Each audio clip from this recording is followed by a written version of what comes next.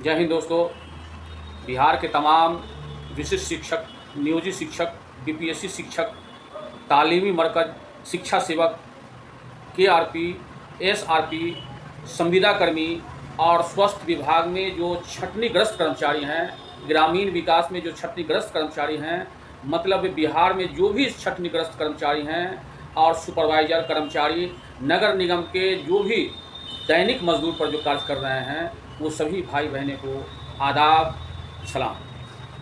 दोस्तों, राइन family channel जिसके माध्यम से आप सुन रहे हैं, वह बराबर शोषित, पीड़ित, दबे कुचले का आवाज़ संवैधानिक तौर पर ये सोशल मीडिया के माध्यम से सरकार तक पहुंचाने का काम करता है और पवित्र जनता के पास पहुंचाने का काम करता है।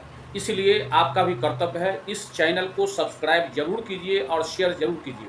एक बात मैं और आपको बोल देता हूं कि बराबर हर चैनल में मैं बोलता हूं सब्सक्राइब करने के लिए। सब्सक्राइब का ये इतना वैल्यू है, इतना कदर है और इतना सम्मानित है। अगर ये करोड़ों में और मिलियन में सब्सक्राइब चला जाता है तो सरकार उस पर गहन वो छानबीन करता है कि क्या बोल रहा है कि जनता को पसंद है। तो मैं ऐसा शोषित पीड़ित का आवाज़ उठा रहा हूँ, हालांकि प्रिंट मीडिया हो और भी सोशल मीडिया हो, जिसको advertisement government of India, government of Bihar से मिलता है, वो सरकार के सपोर्ट में बोलता है। लेकिन मैं नहीं, मैं संवैधानिक तौर पर से ये चैनल संवैधानिक तौर से जो हक और हकूक़ अधिकार की बात होता है, जनहित में, लोकहित में और बच्चे के हित में जो कार्य होता है, मैं वही बातों को सरकार तक और आप लोगों तक पहुंचाने का काम करता हूं। इसीलिए आपका कर्तव्य है, इसको भी सब्सक्राइब कीजिए, शेयर कीजिए और निश्चित तौर पर आप लाभान्वित होंगे। दोस्तों, अब मैं बता रहा हूं, और यह चैनल बराबर शिक्षा विभाग से संबंधित और भी जो ज़रूरत होता है उससे संबंधित न्यूज़ लेकर के आता है। इसीलिए आप इस चैनल को सब्सक्राइब कीजिए, शेयर कीजिए। हाँ दोस्तों, अब रही मुद्दे की बात। आज मैं फिर तालीमी मरकज़ का जो जजमेंट हुआ है, शिक्षा सेवक का जो जजमेंट हुआ है, वो जजमेंट को फिर मैं 2 पेज हिंदी में पढ़ के सुनाऊंगा। आप अवश्य सुनिए। इसके पहले मैं ये बता देना चाहता हूँ कि प्रधान शिक्षक जो है, प्रधानाध्यापक का जो चिट्ठी इशू हो रहा है, 21 जुलाई से 26 जुलाई तक वो लोग ज्वाइन करने के लिए जा रहे हैं। लेकिन निहायत अफसोस की बात है, ये दुख की बात है कि उन लोगों को पर जो जा रहे हैं ज्वाइनिंग करने के लिए, वो स्टे लग सकता है, हाईकोर्ट स्टे लगा सकता है। ये सुनवाई चालू है, कल भी सुनवाई था और आज भी सुनवाई है, फिर पुनः कल भी सुनवाई हो सकता है विशेष परिस्थिति में। क्योंकि सरकार ही का प्रावधान है कि शिक्षा विभाग हो या शिक्षा विभाग का स्कूल हो, 50% ये लॉ है, 50% ये पदोन्नति से भरा जाएगा। जैसे नियोजित शिक्षक हैं, विशिष्ट शिक्षक हैं और बीपीएससी शिक्षक हैं। अगर सीनियरिटी में आएगा तो 50% ये पदोन्नति से प्रधान शिक्षक का भरा जाएगा।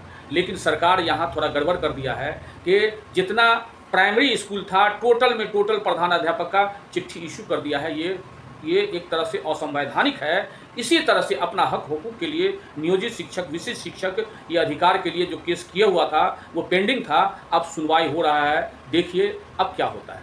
दोस्तों, अब रही बात कि इन दिनों शिक्षा विभाग में जो मतलब स्कूल में ड्यूटी के लिए जो जाते हैं, दूसरे स्कूल में परीक्षा के ड्यूटी के लिए जाते हैं, वो बहुत जगह से खबर आ रही है। दरभंगा से भी खबर आया है, समस्तीपुर से भी खबर आ रही है कि जितना पद रहना चाहिए था परीक्षा ड्यूटी का, उससे कहीं अधिक जो है ड्यूटी दे दिया गया है, जिससे सरकार के राशि का घोर गबन हो रहा है। और पटना के जिला शिक्षा पदाधिकारी जो 2 लिपिक जो है, जो उसको विजिलेंस द्वारा गिरफ्तार किया गया है, सोशल मीडिया में वायरल हो रहा है।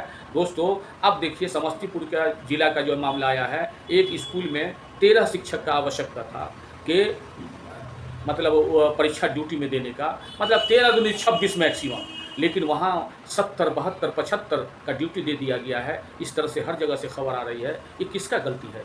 इधर विद्यालय में पठन पाठन की कमी हो रही है। विद्यालय जो बच्चे भविष्य के निर्माता हैं, वो उनके पढ़ाई में बहुत प्रॉब्लम हो रहा है और वो बच्चे ठीक से नहीं पढ़ पाते हैं, क्योंकि शिक्षक का बराबर कभी बीएलओ का ड्यूटी हो जाता है, कभी जो है शिक्षक ड्यूटी हो जाता है, कभी परीक्षा का ड्यूटी होता है, कभी कुछ ड्यूटी होता है। सरकार भी शिक्षक को परेशान करके रख दिया। दोस्तों, यही बिना पर जो घूसखोर और रिश्वतखोरी जो चल रहा है, माने पटना के जिला शिक्षा पदाधिकारी के 2 लिपिक जो है विजिलेंस से पकड़ाए गए हैं। यही वजह है कि जिला शिक्षा पदाधिकारी पटना ने 6 दिनांक 18 आज ही 18/7/2025 को आज ही एक चिट्ठी इशू किया है कि जो पटना के जो भी शिक्षक हैं शनिवार को 3 बजे से लेकर के 5 बजे तक ये सभा होगा और शिक्षक अपना अपना प्रॉब्लम दे सकते हैं और जिसको प्रॉब्लम हो वो आप अपना प्रॉब्लम बोल सकते हैं।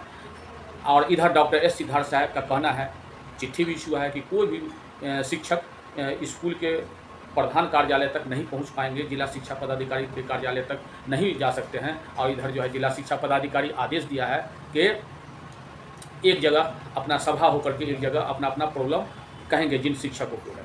दोस्तों अब मैं बता रहा हूं कि जो तालीमी मरकज़ का जो जजमेंट हुआ है, आज मेरा ये 4था दिन है। आप लोग जो है 2 पेज जो है सुन लीजिए क्या जजमेंट।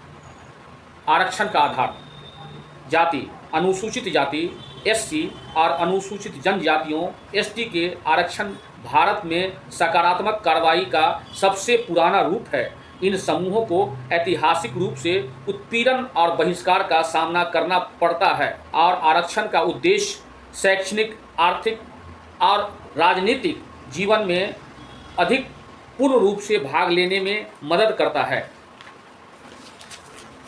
जनजाति आधारित आरक्षण की तरह अनुसूचित जाति के रूप में मान्यता प्राप्त आदिवासी समुदायों को भी आरक्षण दिया जाता है। ये समुदाय आमतौर पर अलग थलग रहते हैं और शिक्षा एवं आर्थिक अवसरों का उनकी पहुंच बहुत कम है।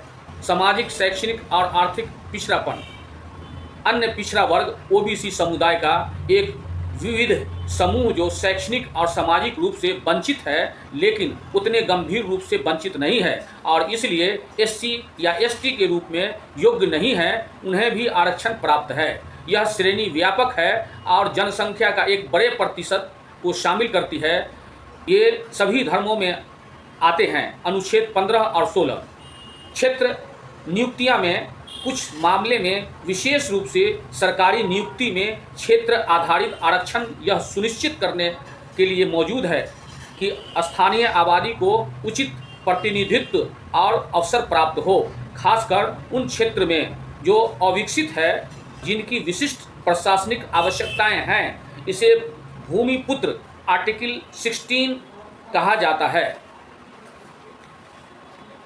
लिंग, महिलाओं के लिए आरक्षण या कोटा, शैक्षणिक संस्थाओं, स्थानीय सरकारी निकायों जैसे पंचायती राज संस्थाओं और कुछ नौकरियों का उद्देश्य लैंगिक असमानताओं को दूर करना, यह महिलाओं को सशक्त बनाता है। अनुच्छेद 15 आर्थिक कमजोरी, समाज के आर्थिक रूप से कमजोर वर्ग EWS चाहे उनकी जाति या धार्मिक पृष्ठभूमि कुछ भी हो, शैक्षणिक संस्थाओं और सरकारी नौकरियों में आरक्षण के पात्र हैं। यह श्रेणी हाल ही में उन लोगों की मदद के लिए शुरू की गई है जो आर्थिक रूप से वंचित हैं लेकिन मौजूदा आरक्षित श्रेणियों में नहीं आते हैं। अनुच्छेद 15 और 16 103वां संविधान संशोधन अधिनियम 2019 आरक्षण का आधार धर्म। आरक्षण का आधार धर्म भारत में आरक्षण के लिए धर्म अपने आप में संवैधानिक रूप से मान्यता प्राप्त आधार नहीं है।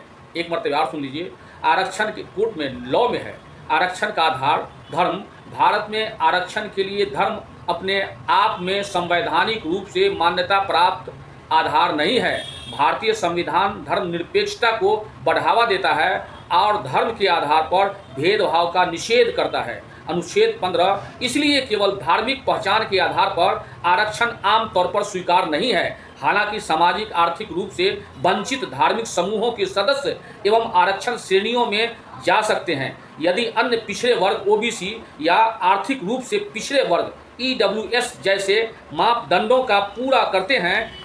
इसके अतिरिक्त धार्मिक अल्पसंख्यक जैसे मुस्लिम, ईसाई, सिख, बौद्ध, जैन और पारसी पर लक्षित छात्रवृत्ति या कल्याणकारी कार्यक्रम जैसे विशिष्ट उपायों को आरक्षण के रूप में नहीं, बल्कि इन समुदायों के सामाजिक आर्थिक के रूप में पिछड़े वर्गों के उत्थान के उद्देश्य से अल्पसंख्यक कल्याण पहल के लिए हिस्से के रूप में लागू किया जाता है।